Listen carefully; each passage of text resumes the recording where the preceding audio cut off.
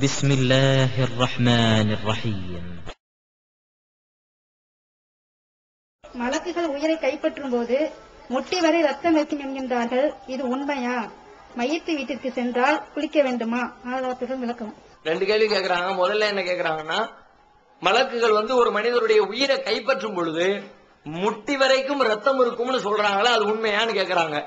உசுரை கைப்பற்றுற நேரத்துல முட்டி வரைக்கும் இல்ல, முழங்கால் வரை, அதை தாண்டி பெருவிரல் வரைக்கும் ரத்தம் இருக்கத்தானே. மனுஷ உடம்பு முழுக்க ரத்தம் இருக்கத்தானே செய்யும். உசுரை கைப்பற்றும் போது பாதி கால கீழ் பாதத்துல இருந்து முட்டி வரைக்கும் ரத்தம் இல்லாமலா போயிட போது, அப்பவும் ரத்தம் இருக்கத்தான் செய்யும். ரத்தம் இல்லாமலாம் இருக்காது. உடம்புல எல்லா பகுதியும் ரத்தம் இருக்கும். உசுரை கைப்பற்றின உடனே அந்த ரத்தம் உறைஞ்சு போயிடும். அது சும்மா படுக்கையில கிடந்து அப்படியே மரணிச்சாருன்னா உடம்பு உள்ளேயே உறைஞ்சு போயிடும்.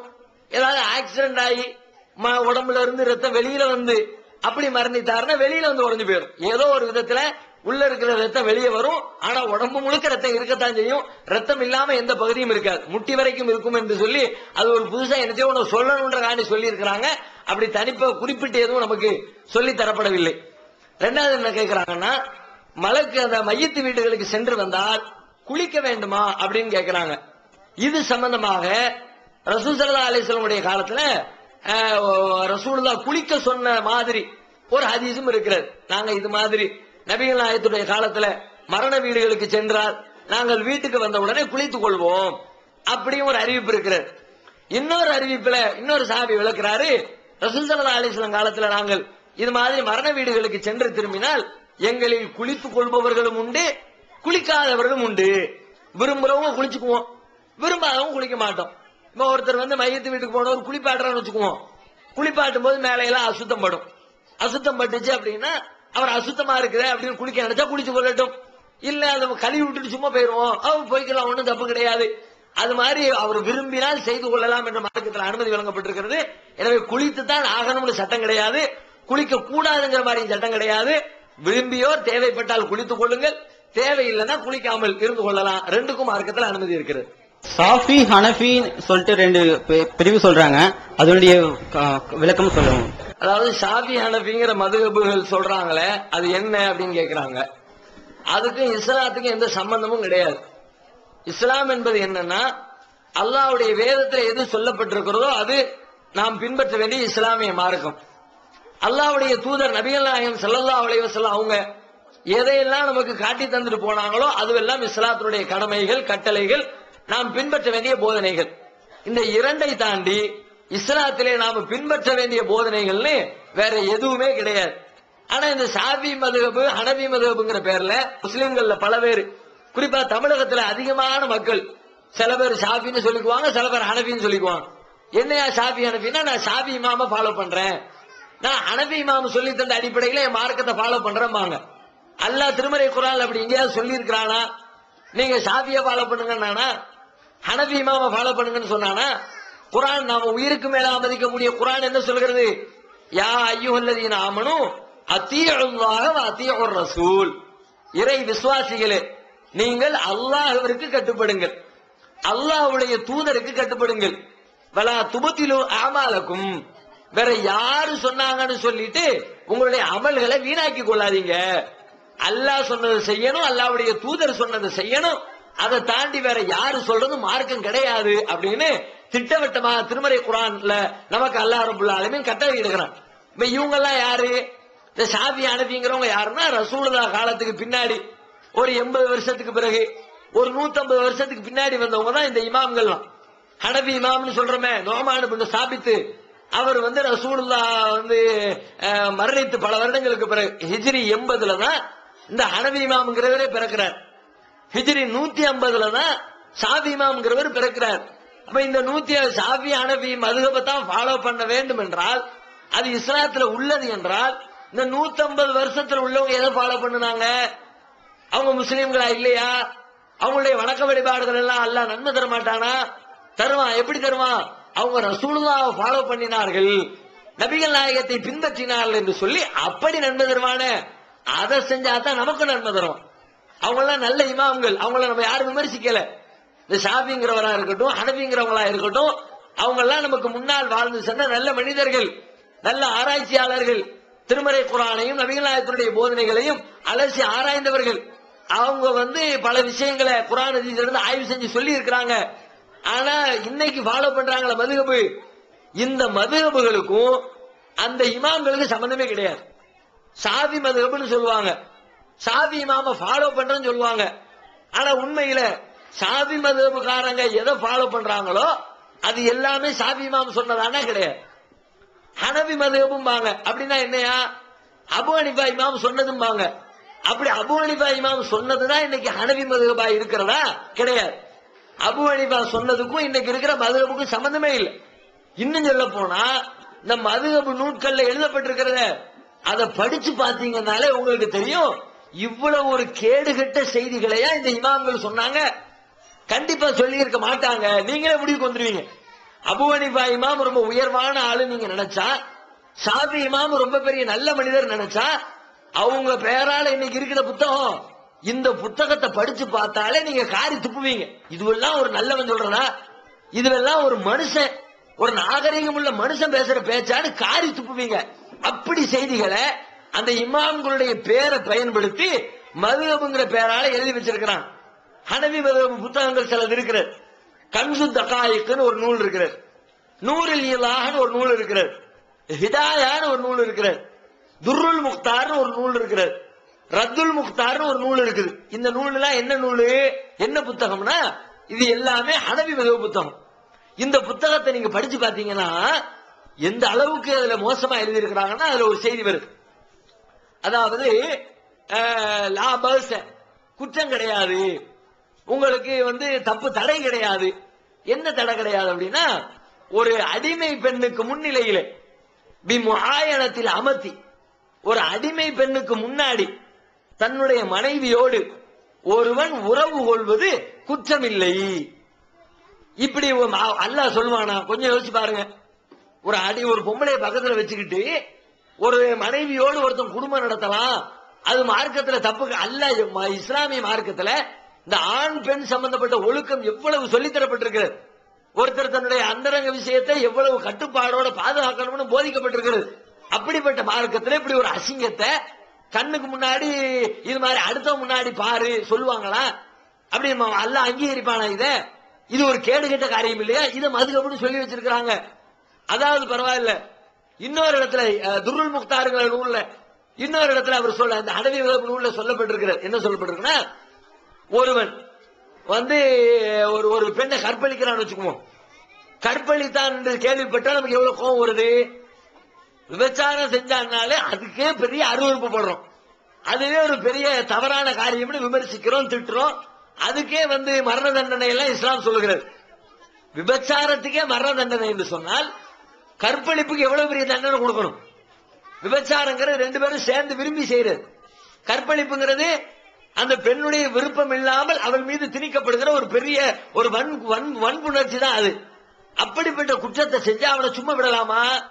இந்த ஹிதாயா, இந்த துருல் முக்தார் ஆசிரியர் ஹனபி மதுஹப் நூல்ல சொல்லப்பட்டிருக்கிறது, ஒருத்தன் வந்து கற்பழித்தால், யாரை கற்பழித்தால்?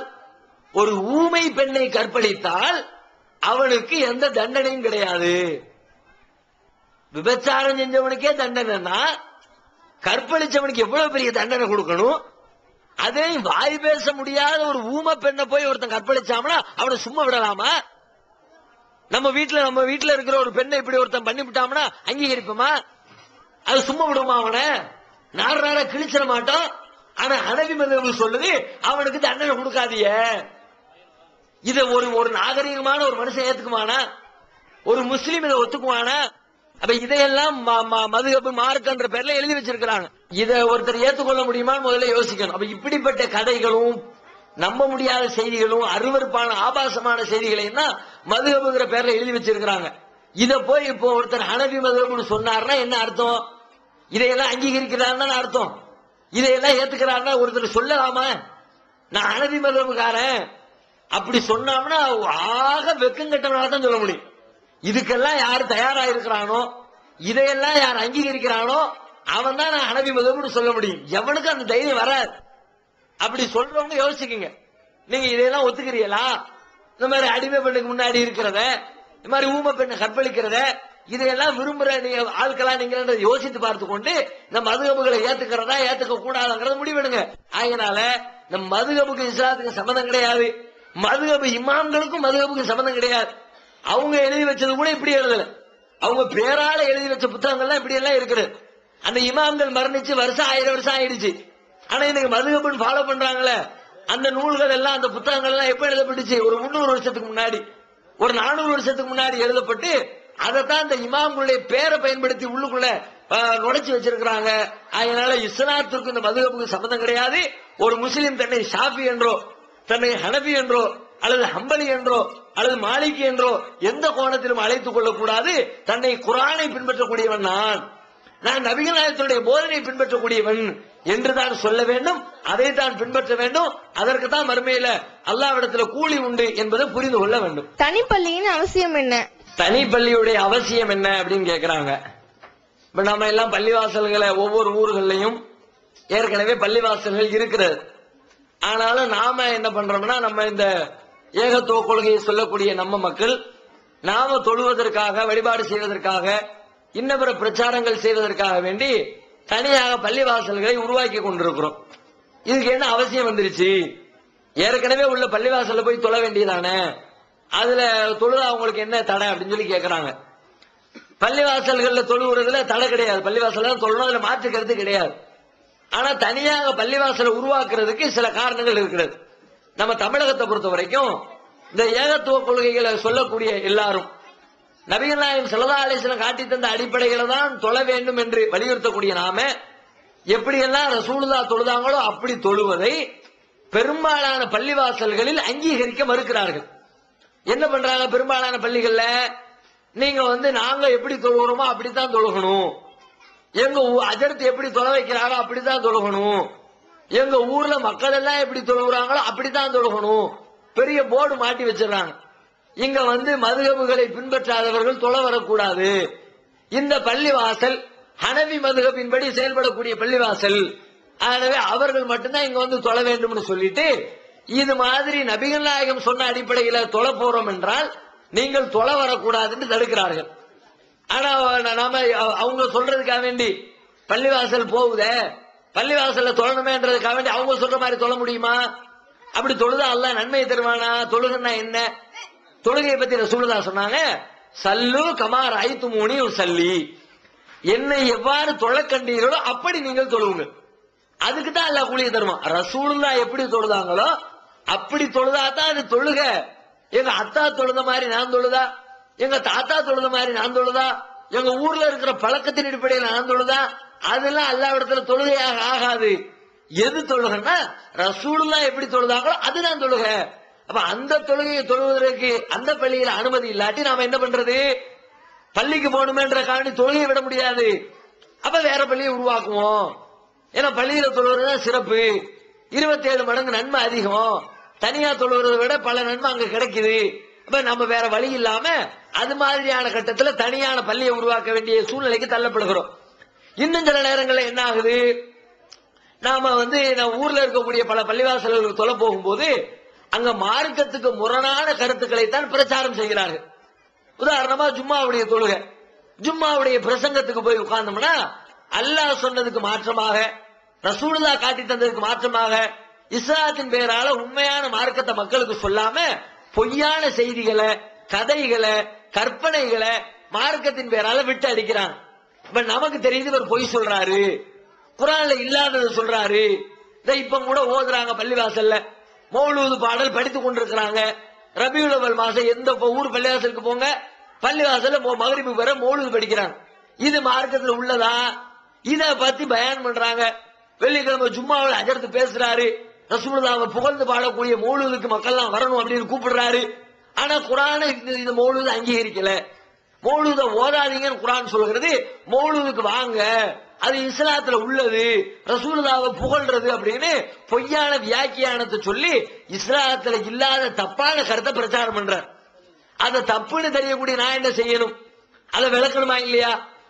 அதை பத்தி மக்களுக்கு எடுத்து சொல்லி சரியான மார்க்கத்தை புரிய வைக்க வேண்டிய கடமை, எது சரி என்பதை புரிந்திருக்கிற மக்களுக்கு அந்த கடமை இருக்குதுல, அந்த கடமை எப்படி செய்யறது? தனியா ஒரு பள்ளியை உருவாக்கினா தான் செய்ய முடியும். அவர் அந்த ஜும்மாவில தப்புந்தவருமான செய்தியை சொல்லும் பொழுது நாம ஒரு சுன்னத்தான அடிப்படையில் ஜும்மாவை நடத்தி, அதுவும் அந்த ஜும்மா எப்படி ஆகி போயிருது, அந்த ஜும்மாக்களுக்கு போனோம்னு வச்சுக்குவோம், பயான் மட்டும் தப்பு இல்ல, ஜும்மா தொழுகையே தப்பா இருக்கு. ரசூலுல்லா காட்டி தந்த ஜும்மா ஒண்ணு, அங்க போனோம்னா ரசூலுல்லா காட்டி தந்த அடிப்படையில் ஜும்மாவே தொழ முடியல. இமாம் மெம்பர்ல நின்றுகிட்டு அரபியில என்னத்தையோ பேசுறாரு, குத்துபாங்கிறாரு. அதுல நின்றுகிட்டு என்னத்தலாம வாழை பிடிச்சிக்கிட்டு கம்ப பிடிச்சிக்கிட்டு ரொம்ப நேரமா பயான் பண்றோங்கிற பேர்ல அரபியில பேசுறாரு. ரசூலுல்லா காலத்துல ரசூலா என்ன பண்ணாங்க, ரசூலுல்லா ஒவ்வொரு ஜும்மாவிலும் உரை நிகழ்த்தினாங்க, மக்களுக்கு புரியக்கூடிய விதத்துல புரியக்கூடிய மொழியில பேசுறாங்க. ஆனா இவங்க என்ன பண்றாங்க, ஒரு மந்திரத்தை மெம்பர் படியில் மேல ஏறி நின்றுகிட்டு அரபி மொழியில மந்திரம் படிச்ச மாதிரி படிக்கிறாங்க. அப்ப மார்க்கத்தை குத்துபா மெம்பர் படியில் நின்று கொண்டு பயான் செய்ய வேண்டியவர்கள், மார்க்கத்தை சொல்ல வேண்டியவர்கள் மக்களுக்கு புரியாத பாஷையில மந்திரம் சொல்லி கொண்டிருக்கிறாங்க. அது சுன்னத்துக்கு மாற்றமா போயிருது. ரசூலுல்லா மொத்தமே ஜும்மாவில 2 குத்துபா தான் நிகழ்த்தி இருந்தாங்க. ஆனா இன்னைக்கு இருக்கிற பள்ளிவாசல் என்ன பண்றாங்க, 3 குத்துபா நிகழ்த்துறாங்க. கீழே நின்று கொண்டு தமிழ்ல ஒரு பயானு, மேல ஏறி அரபில 2 பயானு, அப்ப 1க்கு 3 பயான் நிகழ்த்துறாங்க. அப்ப ஜும்மா அடிபட்டு போய்கிறது. இப்ப ஜும்மாவில இன்னும் பல இல்லாத பிதாத்துக்களை எல்லாம் உருவாக்கி வச்சிருக்கிறாங்க. அப்ப நம்முடைய ஜும்மா தொழுகை கெட்டு போகுதே. இப்ப சுன்னத்தான அடிப்படையில் ஜும்மா தொழணும்னா நாம ஒரு பள்ளிவாசல் உருவாக்க வேண்டிய தேவை இருக்குதுன்னு இப்படி பல காரணங்களுக்காக இருக்கின்ற பள்ளிவாசல்கள் பயன்படுத்த முடியாத சூழலுக்கு ஆளாகி விடுகிறது. இன்னும் சில பள்ளிவாசல் இருக்கிறது, அந்த பள்ளிவாசலை பத்தி அல்லாஹ்வே சொல்றான், அது பள்ளிவாசல்னு சொல்லுவாங்க, ஆனா நீ நம்பிராத, அது பள்ளிவாசல் கிடையாது. அவன் பள்ளிவாசல்னு பேர் வச்சதுக்காண்டி பள்ளிவாசல் ஆயிராது, அவன் சும்மா பேரு தான் இருக்கும் பள்ளின்னு. நீ என்ன பண்ணணும் தெரியுமா, அந்த பள்ளியை ஆய்வு செய்யணும். அந்த அவர்கள் சொல்லக்கூடிய பள்ளிவாசல்களில் நான் சொல்லித்தரக்கூடிய சில பண்புகள் இருக்கிறதான்னு பாருங்க. அப்படி இருந்தா அவன் பள்ளிவாசல்னு சொன்னாலும் அது பள்ளிவாசல் கிடையாது, பள்ளின்னு நினைச்சு அங்க போய் தொலை போகாதீங்க அப்படின்னு சில விஷயங்களை எல்லாம் பட்டியல் போடுறான். என்ன போடுறான் அப்படி, வல்லதீன அத்தகது மஸ்ஜிதன் லிராரன், சில பள்ளிவாசல்கள் இருக்கும், ஆனால் அங்கே மக்களுக்கு இடையூறு செய்வார்கள். ஓ குஃப்ரன், அல்லாஹ்வுடைய மார்க்கத்தை மறுக்கிற குஃப்ரான காரியத்தை அரங்கேற்றுவார்கள். ஓ தஃப்ரீகம் பைனல் மூமினீன, மூமின்களுக்கு மத்தியிலே பிரிவினை ஏற்படுத்துவார்கள். வ இர்சாதன் லிமன் ஹாரபல்லாஹ வ ரசூலஹு, அல்லாஹ்வோடும் அல்லாஹ்வுடைய தூதரோடும் போர் புரியக்கூடியவர்களுக்கு அடைக்கலம் தருவார்கள். இப்படி 4 பண்புகள் ஏதாவது ஒரு பள்ளிவாசல்ல இருந்தா அது பள்ளிவாசலே கிடையாது. என்ன 4 பண்பு, மக்களுக்கு இடையூறு செஞ்சா, அது மாதிரி அங்க குஃபரான காரியங்கள் அரங்கேறினால், அது மாதிரி அல்லாஹ் ரசூலோடு போட்டி போடக்கூடிய போர் புரியக்கூடியவங்களுக்கு அடைக்கலம் கொடுத்தால், மூமின்களுக்கு மத்தியில் பிரிவினை ஏற்படுத்தினால், இந்த 4 பண்புகள் ஒரு பள்ளிவாசலில் அரங்கேறினால் அது பேரு தான் பள்ளிவாசல், உண்மையில பள்ளிவாசல் கிடையாது. லா தகும் ஃபீஹி அபதா, அந்த இடத்துல நீங்க ஒருபோதும் நின்று வணங்காதீர்கள், அந்த இடத்துக்கு பள்ளிவாசலுக்கு போவே செய்யாதீங்க நல்லா ஆர்டர் போட்டான். அப்ப அந்த காரணத்திற்காக வேண்டி பல பள்ளிவாசலுக்கு தொலைப்ப முடியும். சில பள்ளிவாசல் இந்த இலக்கணத்துல இல்லாத பள்ளிவாசலும் இருக்கிறது. தமிழ்நாட்டில் இன்னும் பல பள்ளிவாசல்கள் இந்த 4 பண்புகளும் இருக்கிறது. அதுக்காக வேண்டி தனியாக பள்ளிவாசல் உருவாக்க வேண்டிய தேவை இருக்கிற, இப்படி பல காரணங்களுக்காக வேண்டி தனி பள்ளி உருவாக்க வேண்டிய தேவை இருக்கிறது. அதற்காகத்தான் நாம பள்ளிவாசல்களை உருவாக்கி தூய்மையான மார்க்கத்தை சுன்னத்தான அடிப்படையில் வழிபாடுகள் செய்வதற்கு மக்களுக்கு வழிகாட்டுவோம். அதுவெல்லாம் மக்களுக்கு கிடைக்காமல் இருக்கிறது என்ற அந்த நோக்கத்தை நிறைவுபடுத்துவதற்கு தான் தனி பள்ளிகள் அவசியம் என்பதை புரிந்து கொள்ள வேண்டும். இப்போ ஒவ்வொரு குழந்தையும் பிறக்கும் போது மூமினாக பிறக்குது. ஆனால் அதோட தாய் தந்தையோட வளர்ப்புனால தடம் புரண்டு பல மதக்கொள்கைக்கு போயிடுது. இப்போ அதுக்கு விவரம் தெரிஞ்சு சிந்திச்சு அந்த இஸ்லாத்தை ஏற்றுக்கூடிய வயசு 20 வயசு கூட தான் தெரியும். இப்ப அதுக்குள்ளேயே அது மௌத்தா போயிட்டுனா அதோடைய நிலைமை மறுமையில் எப்படி இருக்கும்? இன்னொன்று நான் இஸ்லாத்துக்கு வந்திருக்கிறேன். இப்ப நானே மட்டும் என் தம்பி இஸ்லாத்துக்கு வந்துட்டாங்க. இப்ப நாளைக்கு எங்க அம்மா அப்பா இன்னும் வரல, ஒருவேளை அவங்க இறந்துட்டாங்கன்னா அவங்களுக்கு செய்ய வேண்டிய கடமை நான் செய்யலாமா? ஏன்னா எங்க இந்து மதத்துல எப்படின்னா செஞ்சுதான் ஆகணும், பிள்ளைங்க கட்டாயமா செஞ்சுதான் ஆகணுன்ற ஒரு சூழ்நிலை இருக்கு. நான் யாரும் செய்ய மாட்டாங்க. அது என்ன விளக்கம்? அதாவது ஒரு உலகத்துல பிறக்கிற எந்த குழந்தையுமே மூமினா தான் பிறக்கிறது, இஸ்லாமிய அடிப்படையில தான் பிறக்கிறது. அவனுடைய பெற்றோர்கள் தான் அதை மார்க்க ரீதியாக அதனுடைய வளர்ப்பு முறைகள்ல மாற்றி விடுகிறார்கள். ரசூலுல்லாஹ் சொன்னாங்க, குல்லு மௌலூதின் யூலது அலல் ஃபித்ரத்தில் இஸ்லாம், எல்லா குழந்தைகளுமே இஸ்லாம் என்ற இயற்கை நியதியிலே தான் பிறக்கிறது. ஃபஅபவாஹு யுஹவ்விதானிஹி, வயு நசிரானிகி வயு மஜிசானிகி, அவனுடைய பெற்றோர்கள் தான் அந்த குழந்தையை யூதனாகவோ கிறிஸ்தவனாகவோ நெருப்பை வணங்கக்கூடியவனாகவோ இப்படி மாற்றி விடுகிறார்கள் ரசூலுல்லாஹ் சொன்னாங்க. இப்ப அவருடைய கேள்வி என்னன்னா, இது மாதிரி ஒரு பிள்ளையை பெற்றவங்க வளர்த்து மாத்துறாங்க, அது விவரம் தெரியாத பருவத்திலே இறந்து விட்டது என்று சொன்னார். அவங்க அப்பா அம்மா காட்டின ரூட்லயே அது காரியத்தை செஞ்சுக்கிட்டு இருந்துச்சு, விவரம் எதுவும் தெரியல. விவரம் புரியாத பருவத்துக்கு முன்னாடியே மரணித்து விட்டால் அந்த குழந்தைகளுடைய மறுமை நிலை என்ன அப்படிங்கிறாங்க. விவரம் தெரியாத பருவத்திற்கு முன்பு மரணித்திருந்தால் கண்டிப்பாக நம்முடைய அறிவே சொல்கிறது அந்த குழந்தைகளை தண்டிக்கிறது நியாயம் இல்ல, நம்ம சாதாரணமாவே புரிந்து கொள்கிறோம்.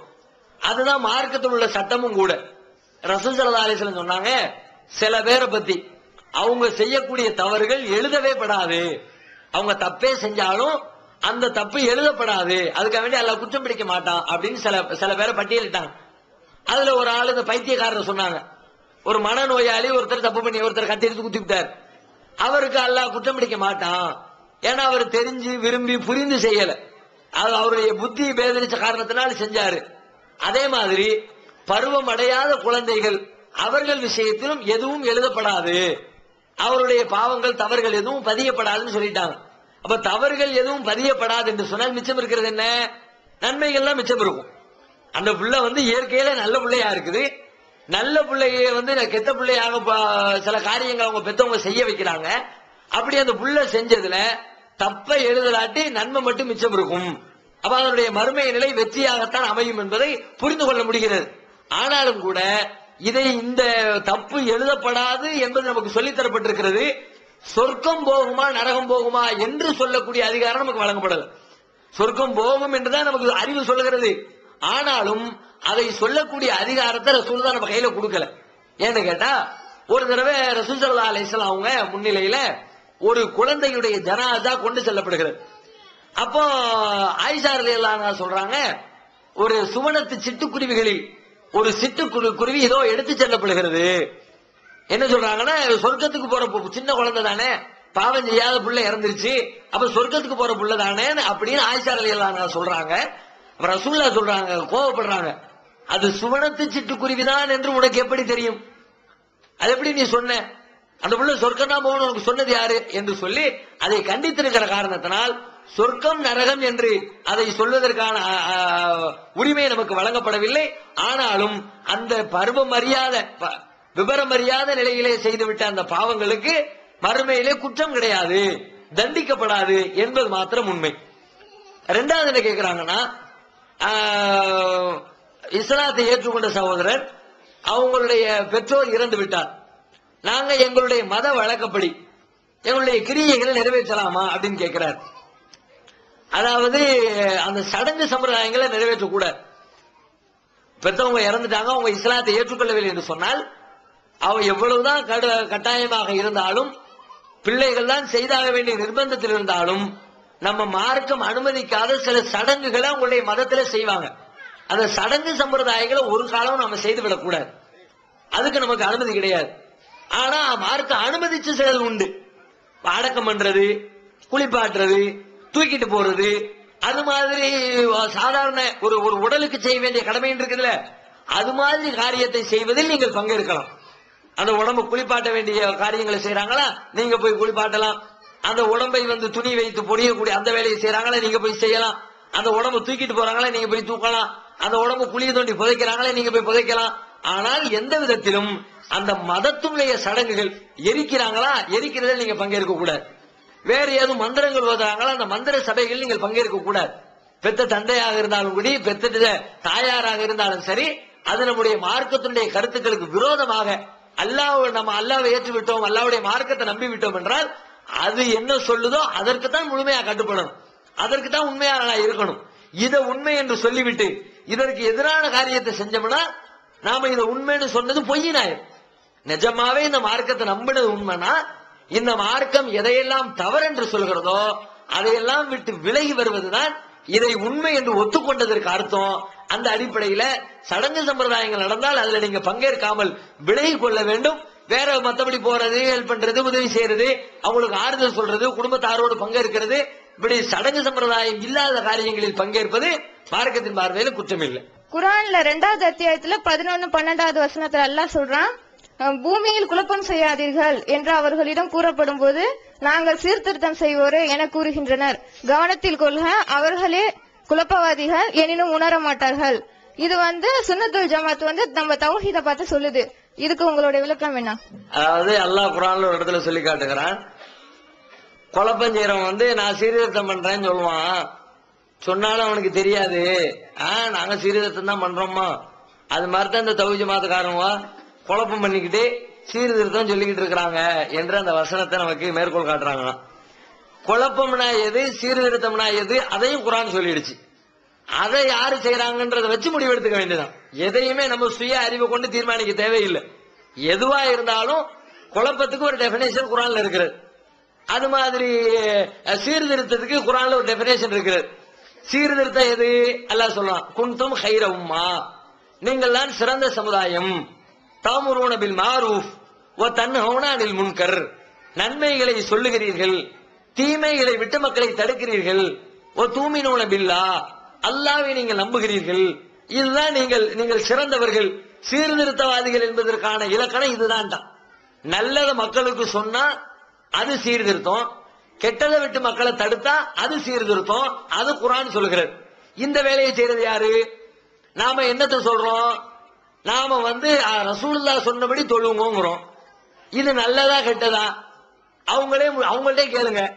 நாங்க எங்க அத்தா அம்மா சொல்றபடி தொழுவோம்னு சொன்னா அது கெட்டதுன்னு சொல்லலாம். ஏன்? அல்லாஹ் ரசூலுக்கு மாற்றமா இருக்கிறது.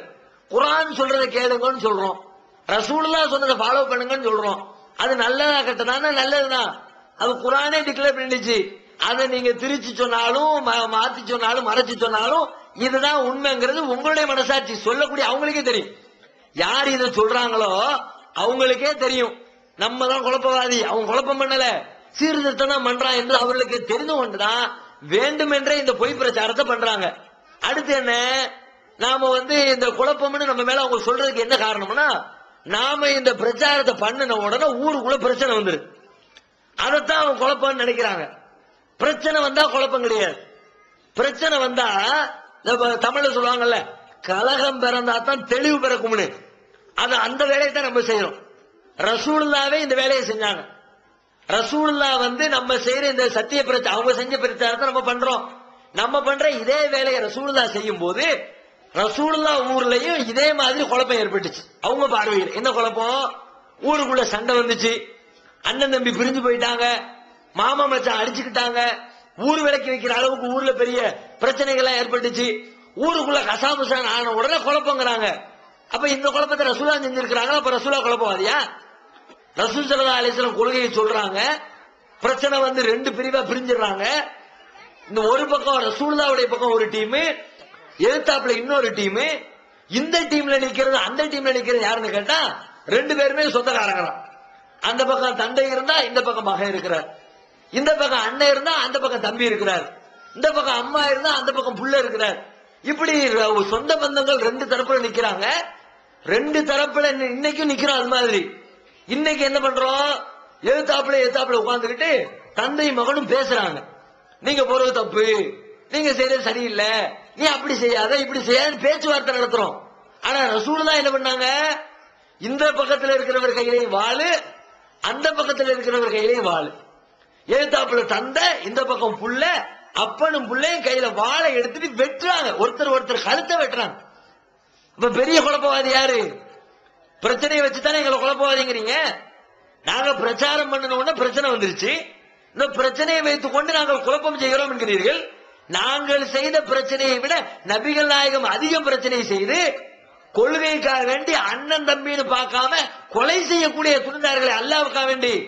அண்ணனா இருந்தாங்கன்னா தம்பியா இருந்தாங்கன்னா சத்தியம் தான் சத்தியம், நியாயம் தான் நியாயம், அநியாயத்திற்கு ஒரு காலம் துணை போக மாட்டோம், அது பெற்றெடுத்த தகப்பனா இருந்தாலும் எந்த அளவுக்கு சொன்னா, ரசூல் ஸல்லல்லாஹு அலைஹி வஸல்லம் அந்த பத்ர் யுத்தம், முதல் யுத்தம் மக்காவிலிருந்து மதீனாவுக்கு வந்ததுக்கு பிறகு, அந்த முதல் யுத்தத்துல எப்படி சண்டை ஆரம்பிக்குதுன்னா, மதீனாவில இருந்து போன இந்த ஹிஜ்ரத் அன்சாரிகள் இருக்கிறாங்கல்ல, ரசூலுல்லாஹ்வுடைய சபையில இந்த அன்சாரிகள் போய் சண்டைக்கு ஆண்டி போய் நிக்கிறாங்க. மக்காவில இருந்து போர் எடுத்துட்டு வந்த காபிர்கள் இருக்கிறாங்களே, அவங்க சொல்றாங்க, உங்க கூட நாங்க சண்டை போட வரலப்பா, போ நீங்க எல்லாம் கிளம்பு. லா ஹாஜத்தலனா ஃபீக்கும், உங்களோடுக்கு எங்களுக்கு எந்த பஞ்சாயத்தும் இல்லை. வேற யாரோடு சண்டை போட வந்திருக்கோம் தெரியுமா?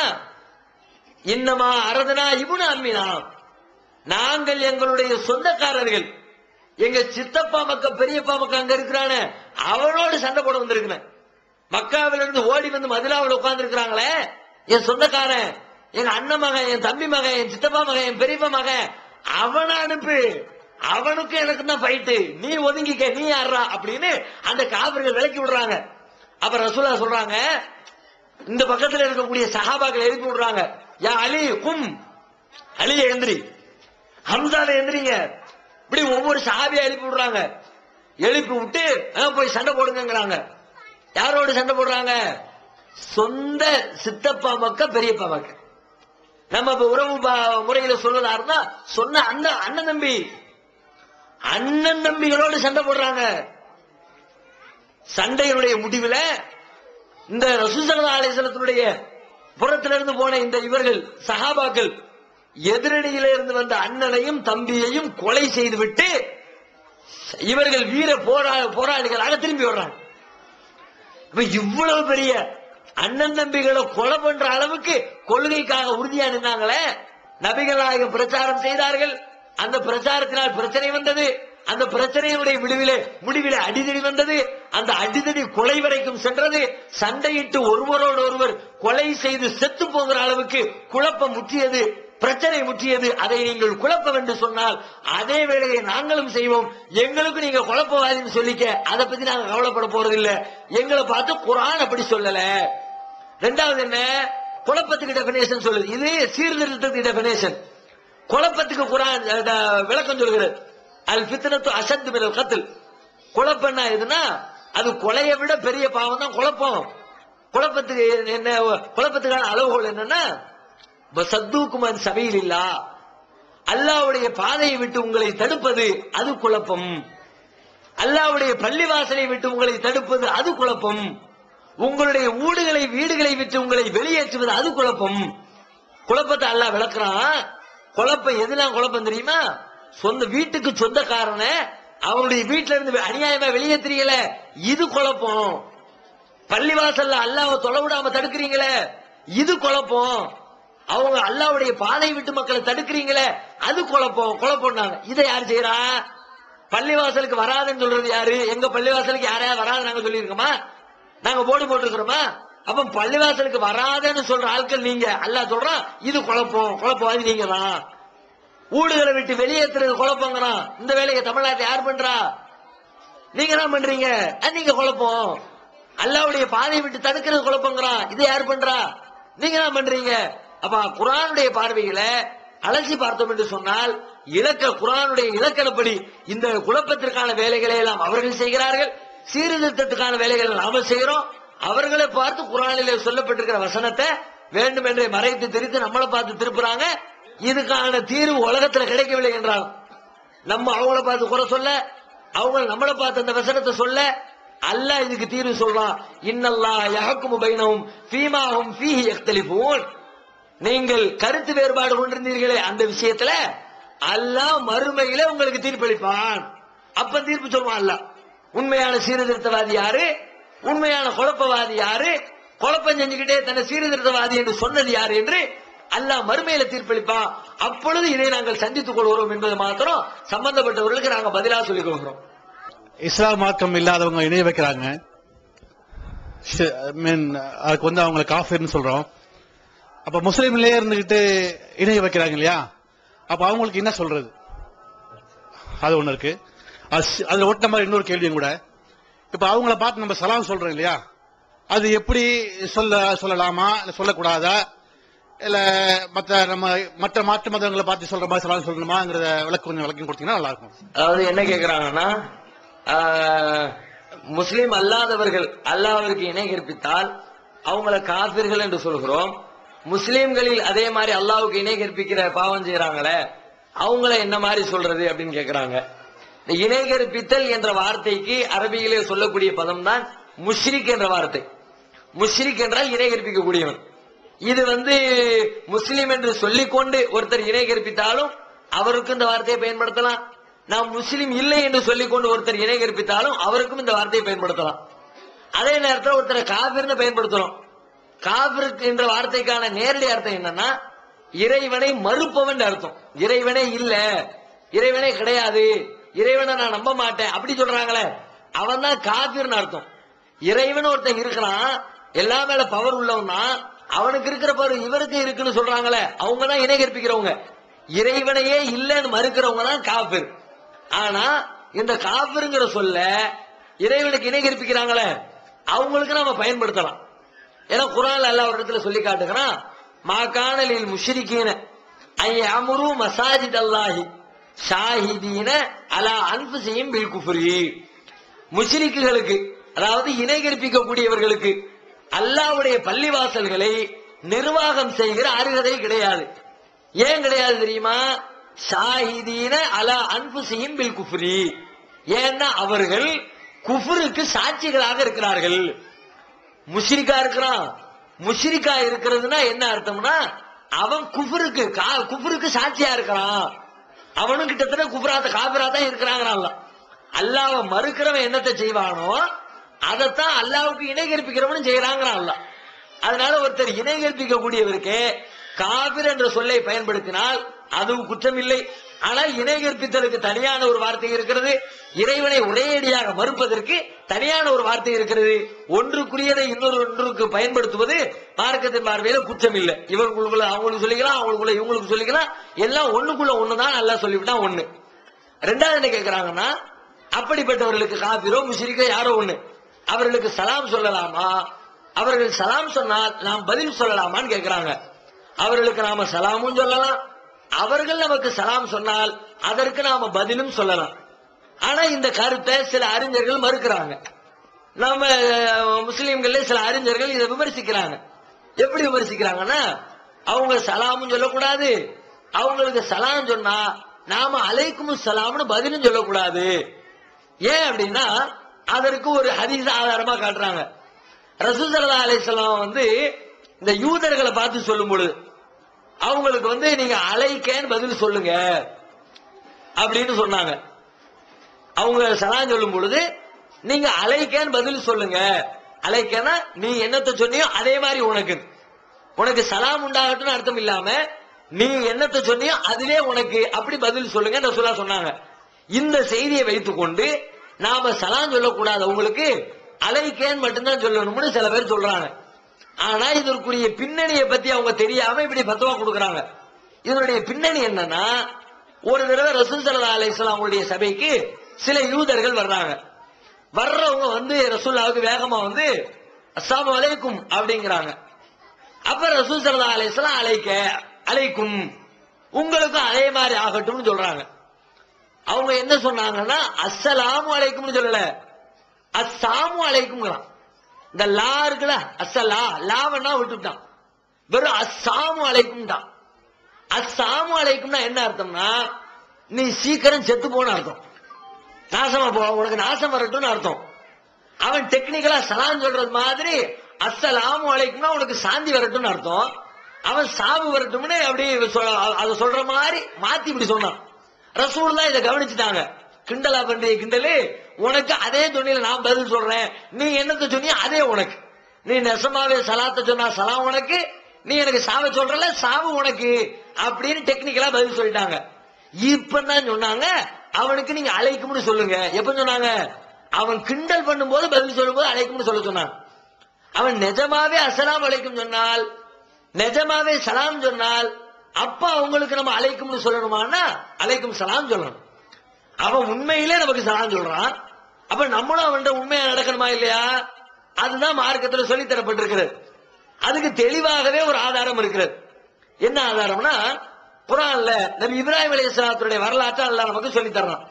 இப்ராஹிம் அலைஹிஸ்ஸலாத்தை பத்தி சொல்லும் பொழுது கத் கானத் லக்கும் உஸ்வத்துன் ஹஸனத்துன் ஃபீ இப்ராஹீம வல்லதீன மஅஹு, இப்ராஹீமிடத்திலும் இப்ராஹீமோடு இருந்தார்களே அவர்களிடத்திலும் உங்களுக்கு அழகான முன்மாதிரி இருக்கிறது. இப்ராஹிம் அலைஹிஸ்ஸலாம் என்னத்தை எல்லாம் செஞ்சாங்களோ அதையெல்லாம் நீங்களும் செய்யுங்க அப்படின்னு நமக்கு பொதுவான ஒரு அனுமதியை கொடுக்கிறான். இப்ராஹிம் அலைஹிஸ்ஸலாம் என்னெல்லாம் செஞ்சாங்க அப்படின்னு பார்த்தா ஒரு தடவை தன்னுடைய தந்தையை பார்த்து பேசுறாங்க. தந்தையை பார்த்து சொல்றாங்க, சலாமுன் அலைக்க சஅஸ்தக்ஃபிரு லக ரப்பி இன்னஹு கான பி ஹஃபியா.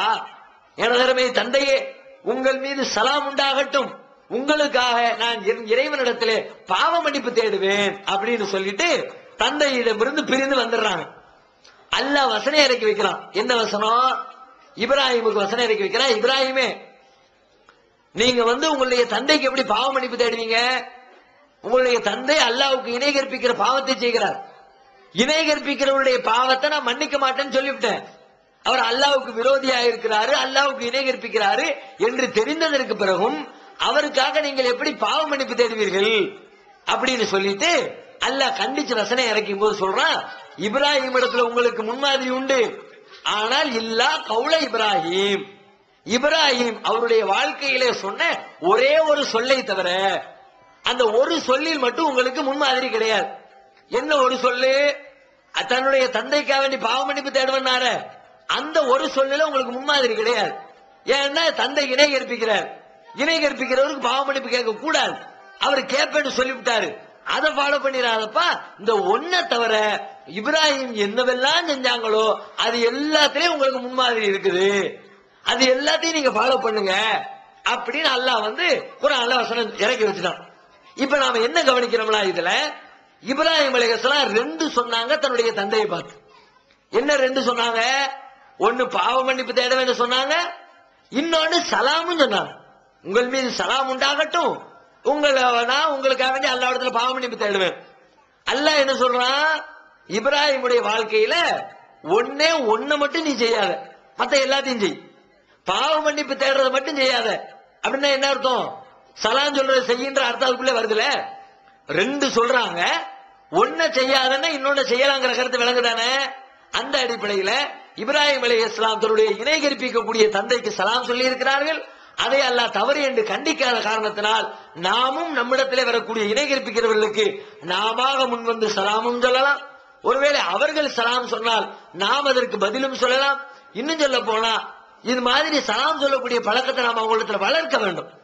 இன்னைக்கு நாம அப்படி சொல்லி சொல்லி பழகணும்னு வச்சுக்குவோம். இன்னைக்கு அவங்களுக்கு சலாம் பிடிக்குதா, நாளைக்கு இஸ்லாத்துல உள்ள வேற ஏதாவது ஒரு அம்சம் பிடிக்கும், நாளை கழிச்சு இன்னொரு அம்சம் பிடிக்கும். இப்படி ஒண்ணு ஒண்ணா பிடித்து பிடித்து பிடித்து பிடித்து ஒரு கட்டத்துல மொத்த இஸ்லாமுமே பிடித்து இஸ்லாத்துக்கு வருவதற்கு வாய்ப்பு இருக்கு. ஆகையினால் அவங்க சலாம் சொல்லும் போது நாங்க புறக்கணிக்க தேவையில்லை, அலைக்கும் சலாம்னு முழுமையா பதில் சொல்லலாம், நாமும் சலாம் சொல்லலாம். இன்ஷா அல்லாஹ் ஹஜ்ஜிக்கு போறதுக்கு புருஷன் கூட தான் போகணும், இல்ல அண்ணன் மாமா 3 பேர் கூட தான் போகணும், அடுத்தவங்க கூட போனா ஹஜ்ஜி நிறைவேறாதுங்கிறாங்க. அது உண்மையா? உம்ரா செய்ய போக்கல உம்ரா நமக்கு ஒண்ணுதான், தாய்க்கே தகப்பனுக்க பிறவிக்கே செய்யக்கூடாதுங்கிறாங்க. அதையும் கொஞ்சம் விளக்கமா சொல்லுங்க. ஹஜ்ஜிக்கு போகும்போது மஹரமான, அதாவது திருமணம் முடிப்பதற்கு தடுக்கப்பட்ட உறவுகள் இருக்குல்ல, அந்த உறவுகளோடு தான் போகணும்னு சொல்றாங்க. இது சரியா? தடுக்கப்பட்ட உறவுனா தந்தை, மகன், சகோதரனுடைய மகன், சகோதரியுடைய மகன், இவங்களை எல்லாம் திருமணம் செய்யறது நமக்கு ஹராம். இது மாதிரியான நெருக்கமான உறவுகளோடு தான் ஹஜ்ஜுக்கு போகணும், அது இல்லாட்டி போக கூடாது அப்படின்னு சொல்றாங்களே, சரியான்னு கேக்குறாங்க. இது பொதுவாக உள்ள சட்டம். இது ஒரு பெண் பயணம் செய்வதாக இருந்தார், அவ ஒரு ஊருக்கு போறாங்க, ஒரு 2 நாள் 3 நாள் பயணம் பண்ண வேண்டிய தேவை இருக்குதா, அது மாதிரி தொலை தூரத்துக்கு ஒரு பெண் பயணம் செய்வதாக இருந்தால் மகரமான உறவு இல்லாமல் பயணம் செய்யக்கூடாதுங்கிறது பொது விதி. அது மார்க்கத்துல உள்ளது. தனியா போயிடக்கூடாது, கணவனோடு போகணும், அல்லது பிள்ளையோட போகணும், அல்லது அண்ணன் தம்பியோட போகணும், அல்லது அத்தாவோட போகணும், இது மாதிரி யாரோடய சேர்ந்துதான் போகணும், வேற தனியா போக கூடாது. ஆனா ஹஜ்ஜுக்கு மாத்திரம் விதி விலக்கு இருக்கிறது. ஹஜ்ஜில என்ன விதி விலக்கு இருக்குன்னா, மகரமான உறவுகள் இல்லாவிட்டாலும் கூட ஒரு பெண் தனியாக ஹஜ்ஜு செல்வதற்கு ஹஜ்ஜுக்கு மாத்திரம் தனியான ஒரு சட்டம் இருக்கிறது. இந்த சட்டத்தை நாம எதிலிருந்து விளங்கிக் கொள்கிறோம்னா, ரசூல் ஸல்லல்லாஹு அலைஹி வஸல்லம் பிற்காலத்தில் நடக்கக்கூடிய சில காரியங்களை பற்றி முன்னறிவிப்பு செய்யறாங்க. அப்படி முன்னறிவிப்புகள் செய்யும் பொழுது ஒரு தடவை சொல்றாங்க, ஒரு சஹாபி சொல்றார், அல்லாஹ்வுடைய தூதரே, உங்களுடைய ஆட்சியில எல்லாம் சரியாக இருக்கிறது, ஆனா 2 விஷயங்கள் மாத்திரம் இன்னும் குறையாக இருக்கிறது, அந்த 2ஐயும் நீங்க சரி செய்யுங்க அப்படின்னு கேட்கிறார். அந்த 2 என்னன்னா, ஒன்னு வறுமை, மக்கள் ரொம்ப கஷ்டத்துல இருக்கிறாங்க, ஏழ்மையில இருக்கிறாங்க, நீங்க ஏதாவது ஒரு பொருளாதார திட்டத்தை நடைமுறைப்படுத்தி மக்களுடைய பொருளாதாரத்தை டெவலப் பண்றதுக்கு வேலையை பாருங்க. இன்னொன்னு என்னன்னு கேட்டா, வழிப்பறி, கொள்ளை, நிம்மதியா பயணம் பண்ண முடியல, அங்கங்க கொள்ளை கூட்டம் நின்று கொண்டு எங்களுடைய பொருளாதாரத்தை எல்லாம் பறிச்சுட்டு போயிடுறாங்க, இதுல இந்த ரெண்டுக்கும் நீங்க வந்து தீர்வு காணணும்னு ஒரு சஹாபி வந்து ரசூலுல்லாஹ்ட்ட சொல்றாரு. அப்ப ரசூல் ஸல்லல்லாஹு அலைஹி வஸல்லம் சொல்றாங்க, இதை நான் சரி பண்ணிடுறேன்ப்பா, கொஞ்சம் கொஞ்சம் டைம் கொடு, ரொம்ப விரைவாக நீ வச்ச இந்த கோரிக்கையை நான் சரி பண்ணிடுறேன் அப்படின்னு சொல்லிட்டு அவரிடத்துல ஒரு செய்தியை சொல்றாங்க. நீ உயிரோடு இருந்தால் சில காரியங்களை, சில விஷயங்களை உலகத்திலே நீ பார்ப்பாய். என்னத்தை பார்ப்பாய்? பக்கத்தில் இருக்கிற பெரிய பெரிய ரோமாபுரி பேரரசு, பாரசீக பேரரசு, அதுவெல்லாம் இந்த இஸ்லாத்தினுடைய வட்டத்திற்கு கீழே, இஸ்லாமிய பேரரசுடைய ஆட்சியின் கீழே வருவதை நீ பார்ப்பாய். இதுவும் பிற்காலத்தில் நடக்க போகிறது. அதுவெல்லாம் உள்ள வந்துச்சுன்னா செல்வம் கொளிச்சிரும்ல. பெரிய பெரிய செல்வ செழிப்பு மிக்க நாடுகளும் இஸ்லாமிய நாட்டுக்குள்ள வந்துருச்சுன்னா இஸ்லாமிய மக்களுடைய பொருளாதாரம் வளர்ச்சி அடைஞ்சிரும். அதையும் நீ பார்ப்பாய் சொல்லிட்டு அடுத்து சொல்றாங்க. அடுத்து இந்த வழிப்பறி சொன்னாரு, அதுக்கு பதில் சொல்றாங்க, நீ உயிரோடு இருந்தால் இன்னொன்றையும் பார்ப்பாய். ஹீரா என்ற ஊரில் இருந்து, ஹீராங்கிறது ரொம்ப தூரத்துல இருக்கு. எங்க இருக்குதுன்னா மக்காவில இருந்து கிட்டத்தட்ட 500-600 கிலோமீட்டர் தாண்டி ஈராக்கு பகுதி கிட்ட இருக்குது. அது மாதிரி ஒரு ஊரை சொல்லி, ஹீரா என்ற ஊரில் இருந்து ஒரு பெண் தன்னந்தனியாக ஒட்டகத்திலே ஏறி அங்கிருந்து பயணம் செய்து அல்லாஹ்வை தவிர வேறு யாருக்கும் பயப்படாமல் காபத்துல்லாவை வந்து தவாஃப் செய்துவிட்டு திரும்பக்கூடிய காட்சியை நீ பார்ப்பாய். உனக்கு அல்லாஹ் ஹயாத்தை கொடுத்திருந்தா நீ இதையும் பார்ப்ப. எதை பார்ப்ப? ஹீராங்கிற ஊர்ல இருந்து ஒரு பொம்பளை கிளம்புவா, தனியா புறப்படுவா, ஒட்டகத்துல கிளம்பி பயணம் பண்ணுவா, அல்லாஹ்வை தவிர வேற யாருக்கும் பயப்பட மாட்டா, நேரா ஹஜ்ஜுக்கு வருவா, தவாஃப் பண்ணுவா, தவாஃப் பண்ணிவிட்டு திரும்ப செல்லுவா. அப்படி ஒரு சூழ்நிலை ஏற்படும். அதை நீ பார்ப்பாய் என்று ரசூலுல்லாஹ் சொன்னாங்க. இந்த ஹதீஸ்ல இருந்துதான் ஒரு பெண் தனியாக ஹஜ்ஜுக்கு செல்லலாம் என்ற சட்டத்தை விளங்கிக் கொள்கிறோம். இதுல இருந்து என்ன விளங்குது? ரசூலுல்லாஹ் ஒரு உதாரணம் சொல்றாங்க. ஒரு பெண் தனியா காபாவை தவாஃப் செய்ய வருவான்னு சொல்றாங்கல்ல. இப்ப தவாஃப் செய்ய ஒரு ரசூலுல்லாஹ் உதாரணம் சொன்னா கூட தப்பா சொல்ல மாட்டாங்க. ஒரு உதாரணத்தை பயன்படுத்தினா கூட மார்க்கத்துடைய சட்டத்திற்கு எதிராக உதாரணம் கூட ரசூலுல்லாஹ் சொல்ல மாட்டாங்க. அந்த அடிப்படையில அதே மாதிரி ஒரு பெண் வந்திருக்கிறார். அந்த சஹாபி அவருடைய காலத்திலேயே அந்த பெண்ணை அப்படி காட்சியை கண்டிருக்கிறார். அதையெல்லாம் பிற்காலத்தில் அவர் வர்ணிக்கிறார். அந்த இதுல இருந்து என்ன விளங்குதுன்னா, ஒரு பெண் தனியா வர்றத ரசூலுல்லாஹ் அங்கீகரிச்சிருக்கிறாங்க. அப்ப ஹஜ்ஜுக்கு மட்டும் அங்கீகரிச்சிருக்கிறாங்க. காபாவை தவாஃப் செஞ்சு விட்டு அந்த கிரியைகளுக்கு மாத்திரம் ரசூலுல்லாஹ் அங்கீகரித்திருக்கிறார் என்பது அந்த ஹதீஸில் இருந்து விளங்குகிற காரணத்தினால் ஹஜ்ஜுக்கு அந்த சட்டம் கிடையாது. வேற மத்த காரியத்துக்கு நீங்க அந்த சட்டத்தை நான் ஃபாலோ பண்ணணும். ஹஜ்ஜு விதிவிலக்குங்கிறது புரிந்து கொள்ளணும். ஒண்ணு. ரெண்டாவது என்ன கேட்கிறாங்கன்னா, அது மாதிரி ஹஜ்ஜுக்கு போற நேரத்துல நாம உம்ரா செய்யறோம். இந்த உம்ராவை பொறுத்த வரைக்கும் ஒரு உம்ரா தான் செய்யணும், தாய் தந்தைக்கெல்லாம் உம்ரா செய்யக்கூடாதுங்கிறாங்களே, இது உண்மையான்னு கேட்கறாங்க. அது சரிதான். உம்ராங்கிறது என்னன்னு கேட்டா, ஹஜ்ஜுடைய நஃபிலான வணக்கம் தான் உம்ரா. தொழுகையில நஃபிலான தொழுகை தொழுகிறோம்ல, பரலான தொழுகை இருக்குது, உபரியான நஃபிலான தொழுகை இருக்குது. அது மாதிரி ஹஜ்ஜுல வந்து கடமையானது ஹஜ்ஜு, உம்ரா என்பது நஃபில் உபரியானது. இந்த உபரியானதை பொறுத்த வரைக்கும் ரசூல் ஸல்லல்லாஹு அலைஹி வஸல்லம் ஒண்ணே ஒண்ணுதான் செஞ்சிருக்கிறாங்க. அவங்க செய்து காட்டுறது நஃபில் தொழுகையை பொறுத்த வரைக்கும் நீங்க விரும்பின மாதிரி எத்தனையோ நஃபிலான ரக்காத்துகளை தொழுதுகிட்டே இருக்கலாம். ஆனா நஃபில் உம்ராவை பொறுத்தவரை ரசூலுல்லாஹ் ஹஜ்ஜுக்கு போயிருக்கும் பொழுது ஒரே ஒரு உம்ரா தான் செஞ்சிருக்கிறாங்க. எனவே நாமும் ஹஜ்ஜுக்கு போனா ஒரு உம்ரா தான் செய்யணும். ஆனா இன்னைக்கு என்ன பண்றாங்கன்னா, ஹஜ்ஜுக்கு போறவங்க எல்லாம் பரவலாக திரும்ப திரும்ப அந்த ஆயிஷா பள்ளிக்கு போய் எஹ்ராம கட்டி கொண்டு மீண்டும் மீண்டும் திரும்ப திரும்ப வந்து அத்தாவுக்கு ஒரு உம்ரா, அம்மாவுக்கு ஒரு உம்ரா, அண்ணனுக்கு ஒரு உம்ரா, 10 உம்ரா 20 உம்ரான்னு செய்யறாங்க. அப்படி செய்து காட்டக்கூடிய ஒரு பழக்கத்தை ரசூல் ஸல்லல்லாஹு அலைஹி வஸல்லம் காட்டி தரல. எனவே ஒரே ஒரு உம்ரா தான் செய்யணும். ஹஜ்ஜை பொறுத்த வரைக்கும் தன்னந்தனியாக ஒரு பெண் ஹஜ்ஜுக்கு செல்வதற்கு அனுமதி இருக்கிறது புரிந்து கொள்ள வேண்டும். அல்லாஹ்